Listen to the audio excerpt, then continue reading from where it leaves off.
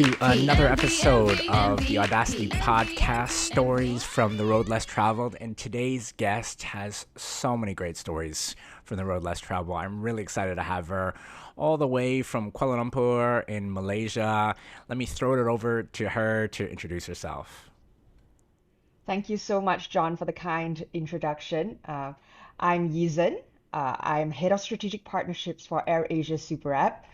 Very pleased to be on the podcast today and hope we have some fun. Yes, yes. So, like I do with all the guests, I always like to start a little bit from the past.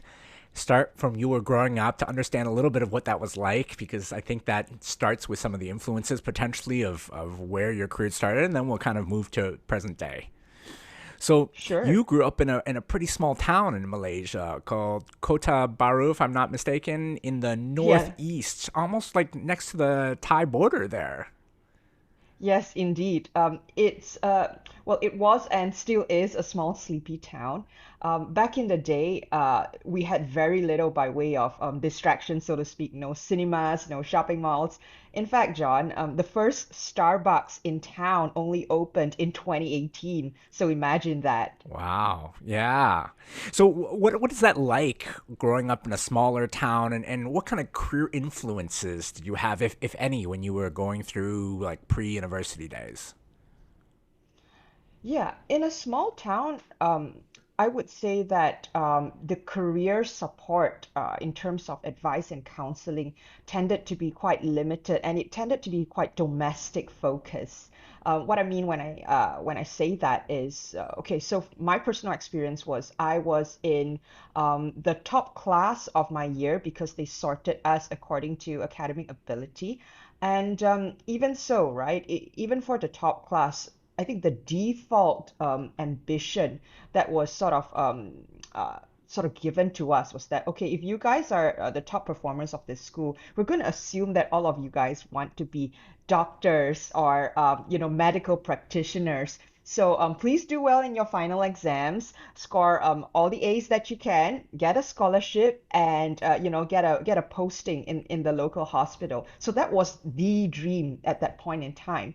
Um, but I was one of those ones that sort of fell a little bit out of the cart, so to speak, because I at age 16 and 17, I was spending an inordinate amount of time on the internet, where I was befriending people from all around the world. And one of the friends that I had met online, and until today, I still, have never ever met her in person, was this girl in Hong Kong. And at that point, she would spend hours and hours telling me about her dream of going to Oxford University. And at that point in time, I didn't even know what Oxford was, but it was this little seed of knowledge that was planted at the back of my mind.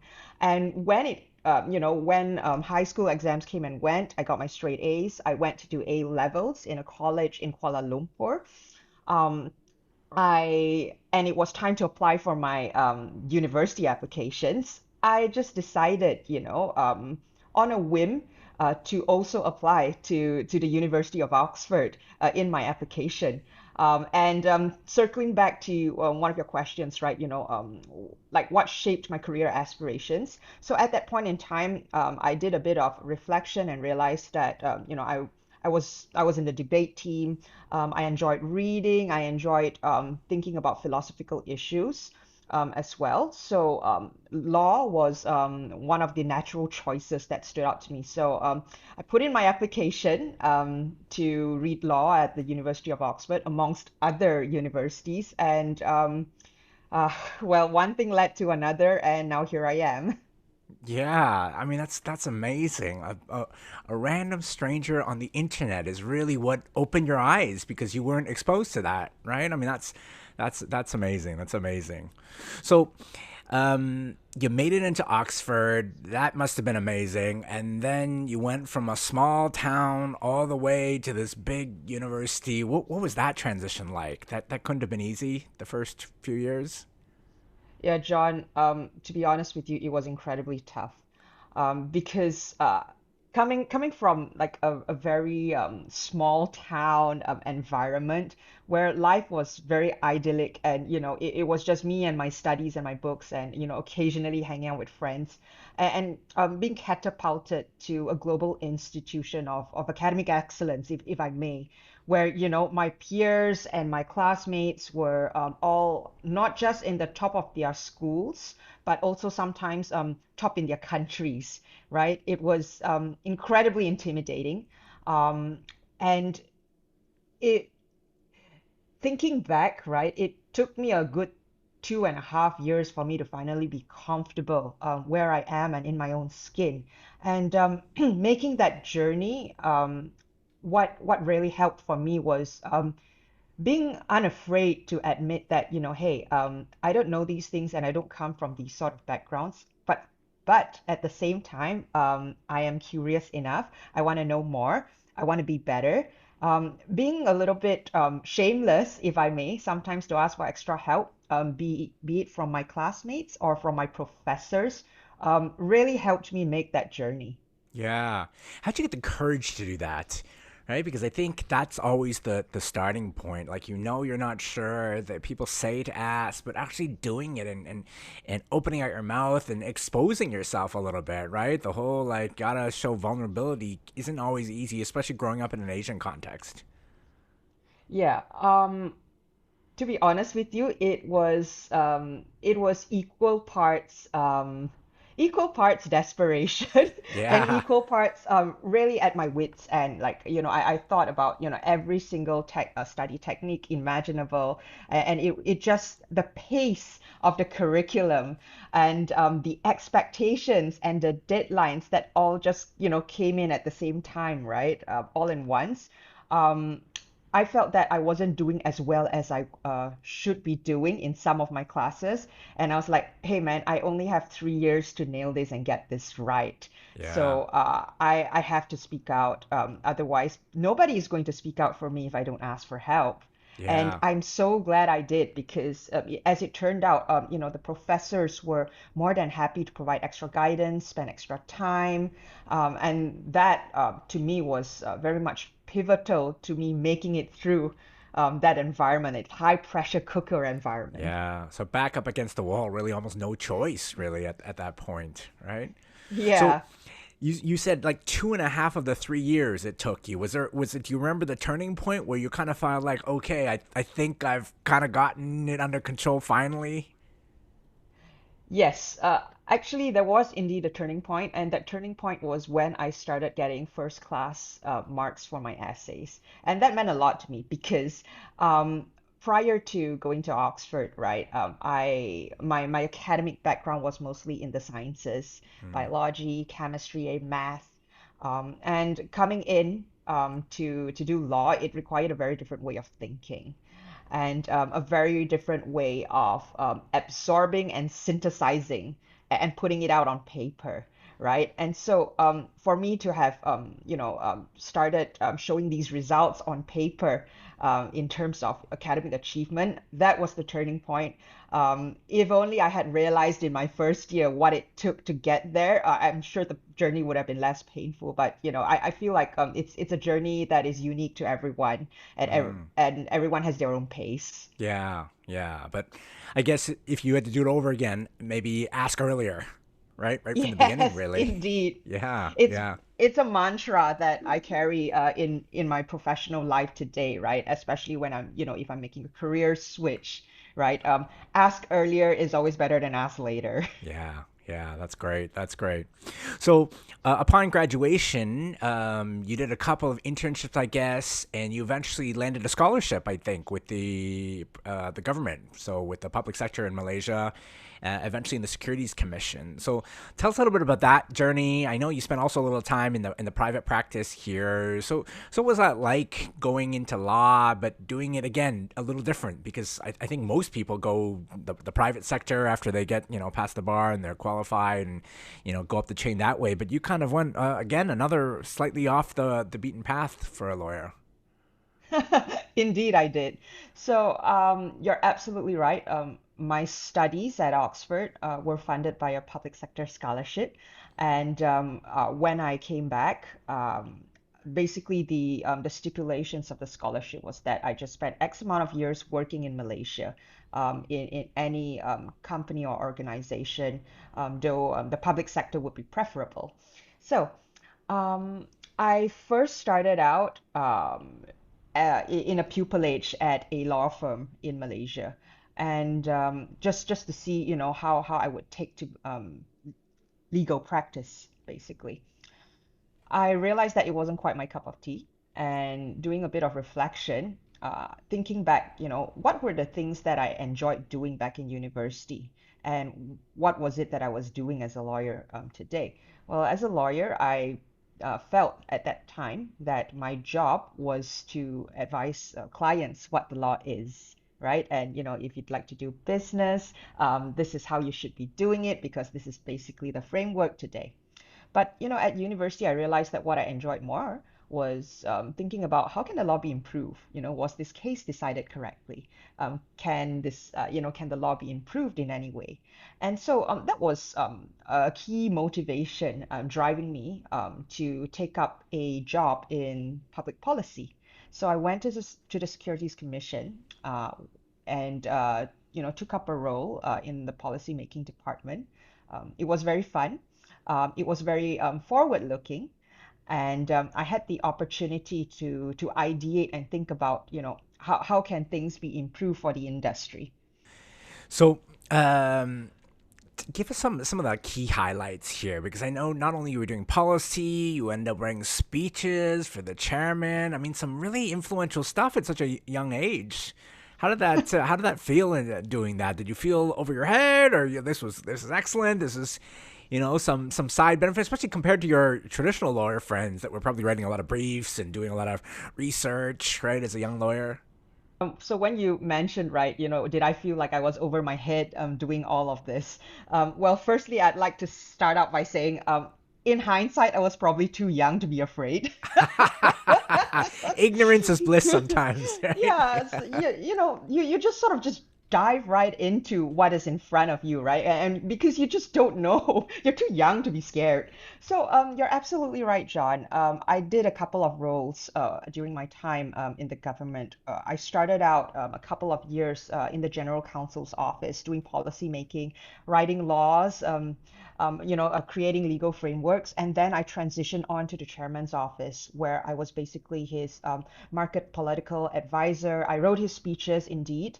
I also helped prep him for meetings, helped prep him to see stakeholders, and so on and so forth.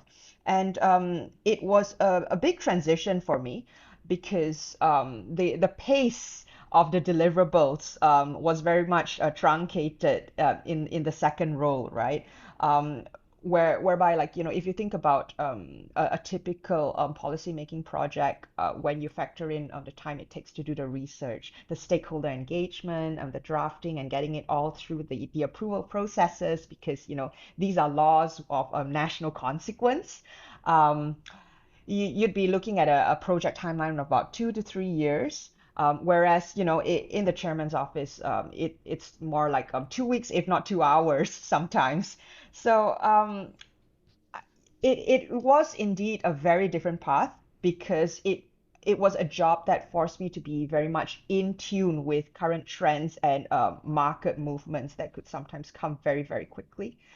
Then, so John, that experience made me realize what I really wanted to do in my next step forward, right? I love the pace. I love the pace of ever-changing innovations and ever-changing developments, and how we must always be agile and adapt and continue to flourish in spite of everything that has happened. So, I made some reflections and thought that, while the regulator plays a very noble role in facilitating innovation, at the end of the day, the private sector is the one driving innovation, uh, and I wanted so badly to be part of that. So I thought to myself, right, how can I make the career transition?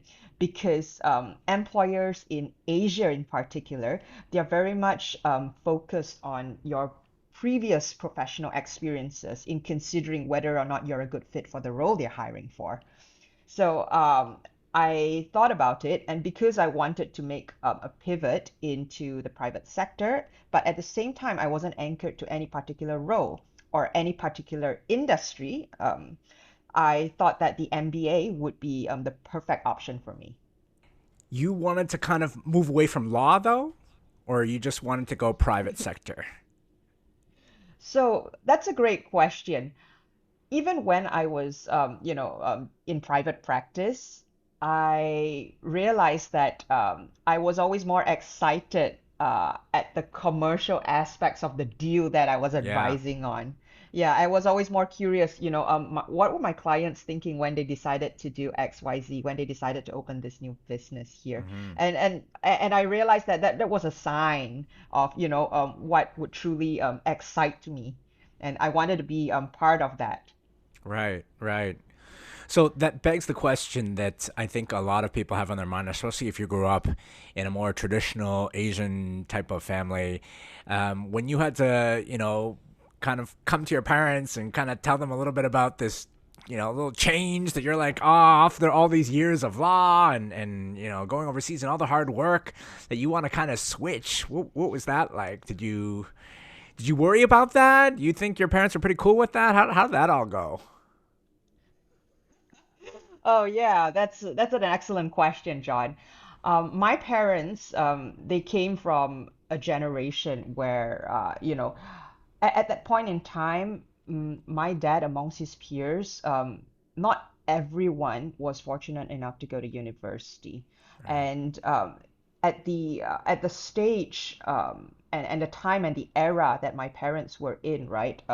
If you went to university, you were uniquely qualified to do certain roles and certain jobs that were higher paying, right? And that naturally translated into the ROI of the time and the significant investment spent in that degree, right? So if you were sent to do a degree in engineering, you'd come back and be an engineer, and you'd be, part of nation building at that point in time, because this was Mm. in, the 60s and the 70s, right? Where economic growth was, shooting up for emerging countries like Malaysia. And but today, whereby you see a lot more people going to university because tertiary education has become so much more accessible. It I would say this demographic shift has forced people to think more about, is this really what I want to do, right? And is this really what I would like to spend the rest of my life doing? Because careers in professional careers like doctors, engineers, lawyers, right? They require a significant amount of dedication, and if you're not passionate, the hours are going to be longer than they have to be, and it's just basically not going to be a happy existence, and you'd have spent the better part of your youth, not fulfilling your higher calling, perhaps. Mm. So the way I took it to my parents, knowing full well that this was where they would be coming from, Yeah. um, I focus on the aspects of the job that I knew that they would appreciate, right? So firstly, I told them, hey, yes, I am leaving legal practice. However, I got this great job in the government that has excellent benefits, and excellent job security, because in the government, the stability is a fantastic point of advantage. I told them, these are my medical benefits. These are, like, the benefits for families. And my parents were pretty happy because those were parts of the job that were important to them. They wanted to see that, I would be financially well off, or at least stable. So that was how I managed to get their approval, so to Yeah, speak. yeah. And then the move to school when you were like, yeah, you know what? I'm gonna, I'll give away. I mean, your first move was like, I'm gonna be Yeah. stable, and then now you're giving it away. You're like, oh, actually, now I want to do something different. Gonna go back to school, pay a lot. I mean, an MBA is not a Oh, cheap yeah. degree, right? So what was that like? Or by then they were more, more free to, they gave you more room to play. Okay, John. So what I did was, firstly, I made sure that I got everything out of the way before I broke the news to them. So what do I mean when I say that, right? I applied, got the acceptance, Okay, okay. and at the point that the acceptance was communicated to me, I also found out that I was fortunate enough to be selected to receive a full scholarship. So this would mean that I would be able to enjoy a full tuition waiver if I chose to, accept this position. And what I did was I also secured, the financial assistance that was necessary to fund the basically my life and my studies for the duration of the program. And then I went to them. I said, "Hey, Ah, man, I got this full scholarship to do a master's, and it's all expense paid." Yeah. So right. what really helped is that I put it up front that I wouldn't be a financial burden to them. I wasn't expecting any help or assistance from them, and Yeah. I also put it up front that there is a huge upside to doing this for 2 years. It meant my program at the Asia School of Business meant that I'll be spending a semester at MIT in Boston, and I'd be able to go through all these career tracks in New York and San Francisco and so on and so forth. So those were also things that parts of the opportunity that really excited my parents as well. I know a lot of young people who want to go off the beaten path struggle with these conversations with loved ones, right? Whether it's their parents or friends or partners. And you know what I love about your story, and you were so consistent, like several times, is that you really knew your audience really well. I mean, obviously your parents, and sometimes I think people want to communicate it from their own perspective and try to get the other party to see what they're seeing. But you really took the opposite, which was like, okay, let's put myself in their shoes. What would be their concerns? And you hit them with that first, which was such a smart Yeah. move, right? And you had some practice and you learned the ways. I love that, love that. So let's talk a little bit about B School and what that was like. Because the school that you went to, the Asia School of Business, is a relatively young one. When you went, were you batch 4 or 5? Like it's pretty early on in the school days, right? Would you say like school was key for you, or did you have a plan going in and you were able to stick to that plan, or was it kind of like you had no idea, you just went eyes open and you just went wherever it took you? It was transformational in all senses, right? Both personal and professional. From the professional sense, remember that I told you I didn't quite have a role or an industry in mind for my Yeah. next career pivot. And one of the reasons why the ASB program stood out so much for me was because they had this action learning component as part of the syllabus. And in every semester, the class would basically be broken up into groups of 4 or 5 people, and they'd be sent across Southeast Asia to different companies, helping these companies solve business problems. And I took the opportunity to really validate what are the roles and industries that I would be interested in, right? And more importantly, John, to validate what I would not want to do in the long Yes. run. Yeah. Yeah. So Sometimes that can I be an easier move to start with a process of elimination than trying to pinpoint exactly what it is. Okay. So did you yeah. what did you cross off on your list through the action learning experiences? Oh, there were a couple. I I crossed off there were definitely not legal, right? Right. And there were some process related roles that I knew might not be a great fit.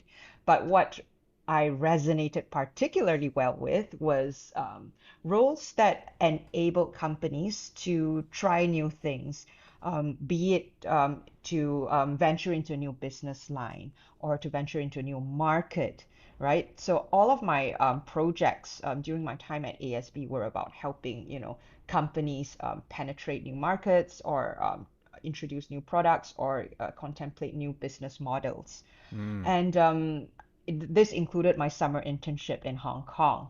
Um, So all And those roles, was it something that, especially the ones through the school, were those roles that you sought after, or were they ones that you just were lucky to, be assigned to these innovation type projects?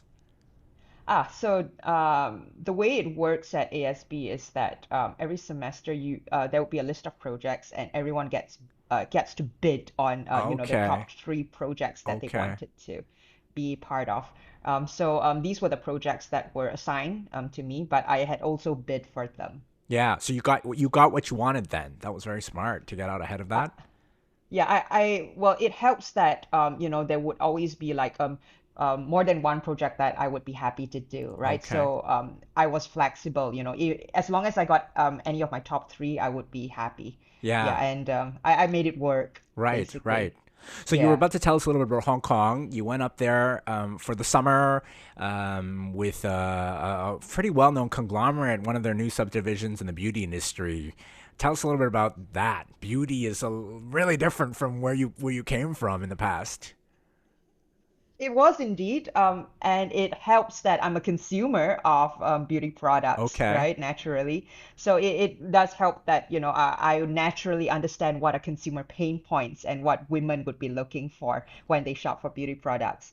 I worked for a manufacturing company. They manufacture beauty product solutions for their clients, the biggest brand names that you see in the market today. So Hmm. from packaging to product formulation to POS retail solutions, they're basically a turnkey provider, right?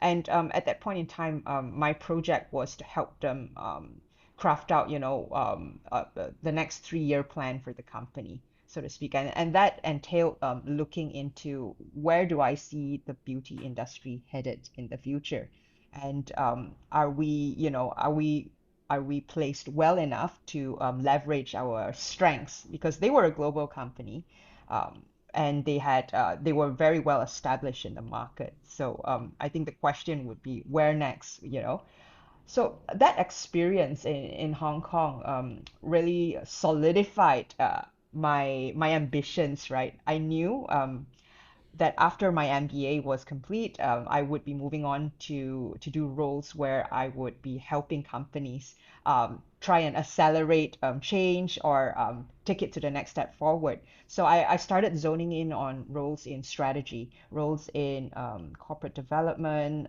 roles in business development, and when I graduated, I was very fortunate to be called up for an interview at my current company.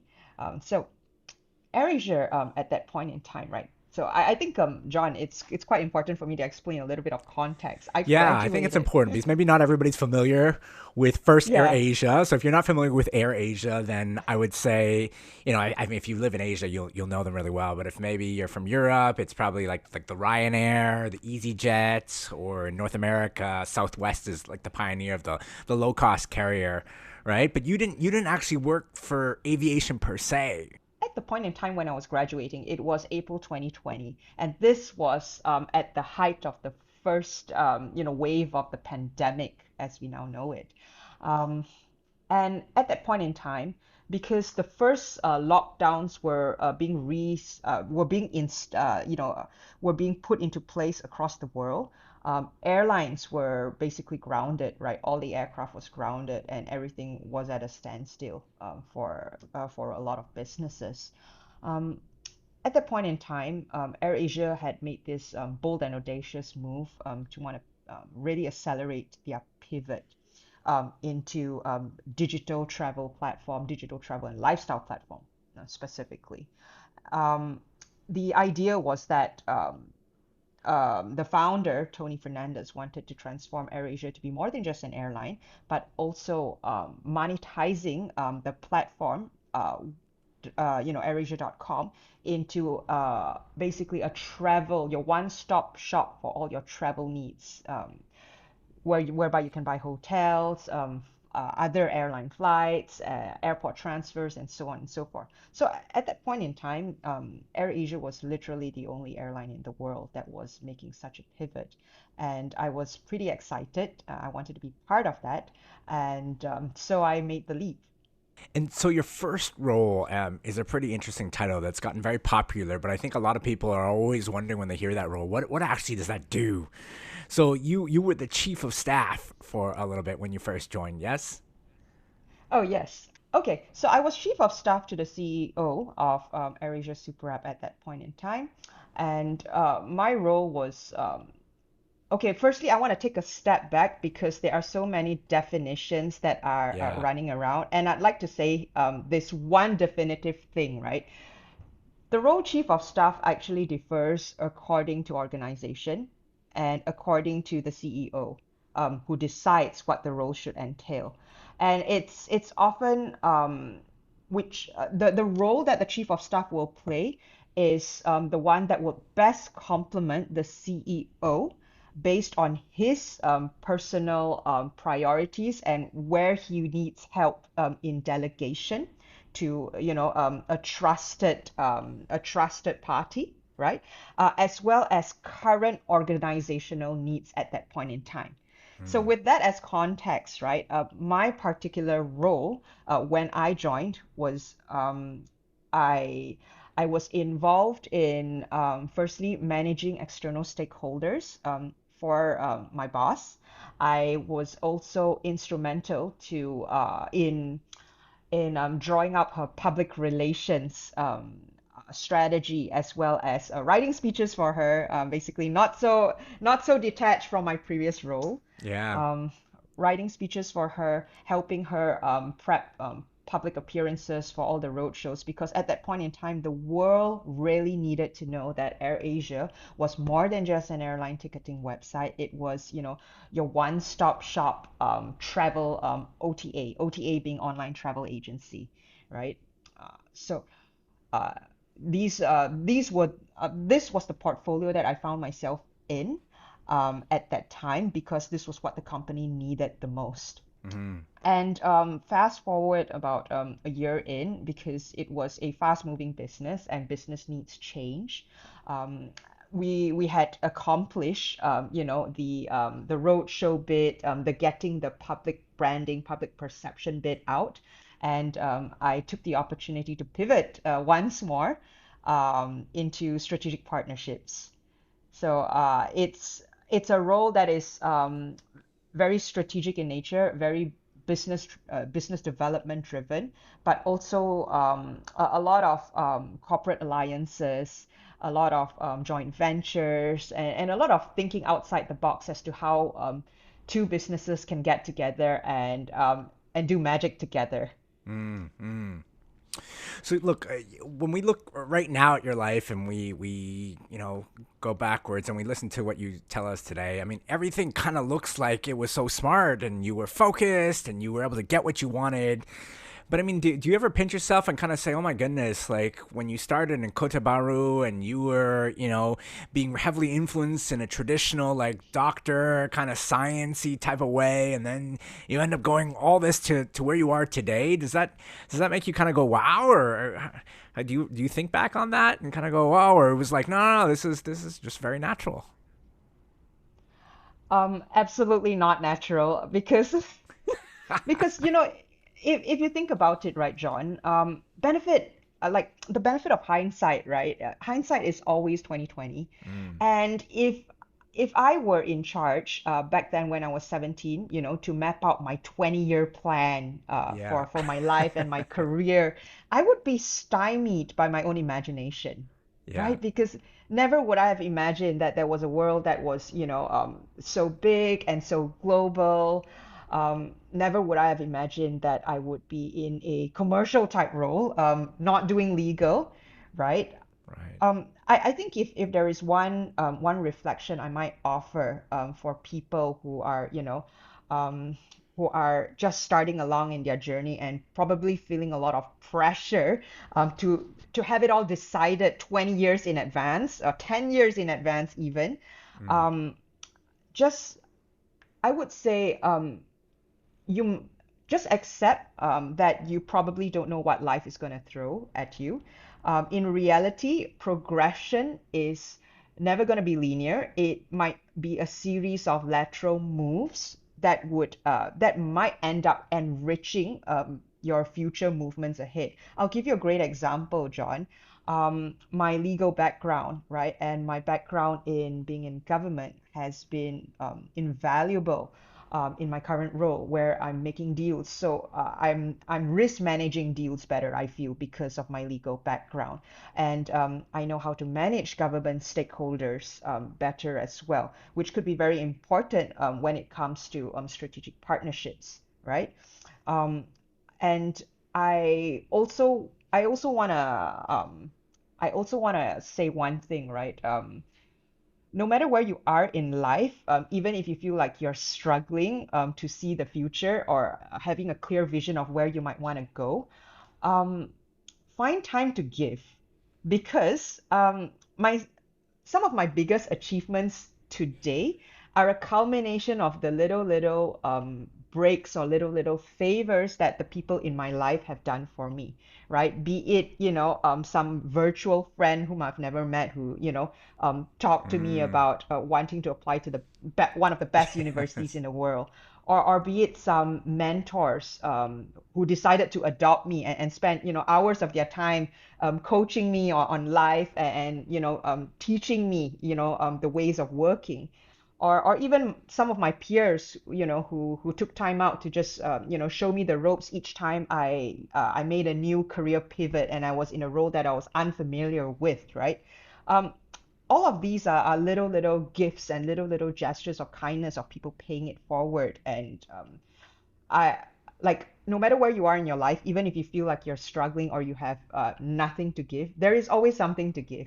You can take time off to write, a LinkedIn recommendation for somebody who's done a great job, or you could volunteer for a side project at work, right? To help perhaps to help organize like after work activities and grow the culture. I don't know, whatever that floats your boat, but I feel like everyone has the ability to give, no matter how small, and it will touch and change the lives of others around you, whether or not you realize it at the time. Love that. Love that. So to end today, I want to ask you a final question here. In 2020, you were featured in a great article in this newspaper called The Star. It's a national newspaper in Malaysia, and the title had the words "The Malaysian Dream."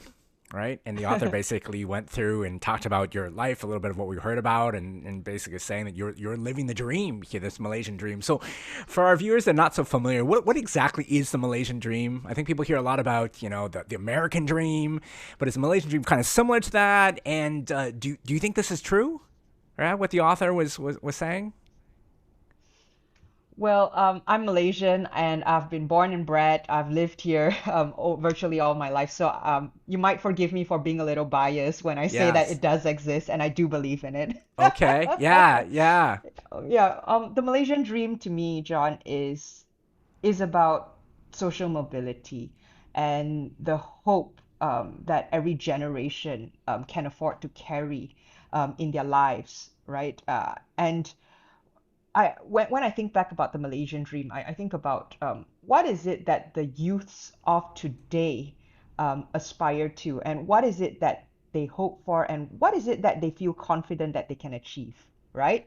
Because if I have a dream and I see a believable, a credible path to achieving that dream, I feel that I'm in the right place, right? Because I'm headed towards where I want to be. I'm headed towards a better future, a better life. And for me, I've been very fortunate through, either the kindness of strangers or of people who believed in me, of people who supported me, sponsored me, really mentored me. Um, these were all, communal. I feel like these are communal gestures that reflect the fabric of society, how people are willing to support one another. And this results in social mobility, right? Whereby somebody who's born in one particular background, has the opportunity to reinvent themselves. I've reinvented myself several times, and I wouldn't even say I'm halfway through my my career journey. Um, the opportunity to reinvent themselves and the opportunity to do good, to do better for not just the company that they're serving in, but for society and for the nation. I can't think of a better example than you. Thank you so much for spending the time with us and giving You're us a too little glimpse kind, behind the John. scene. And Most I welcome. know I will be continuing to follow what you're doing. Envy, Thank you so envy, very much for envy, having me, P. John. Envy, envy, MVP. Envy, envy, envy. I'm the envy MVP. Some would call me mad.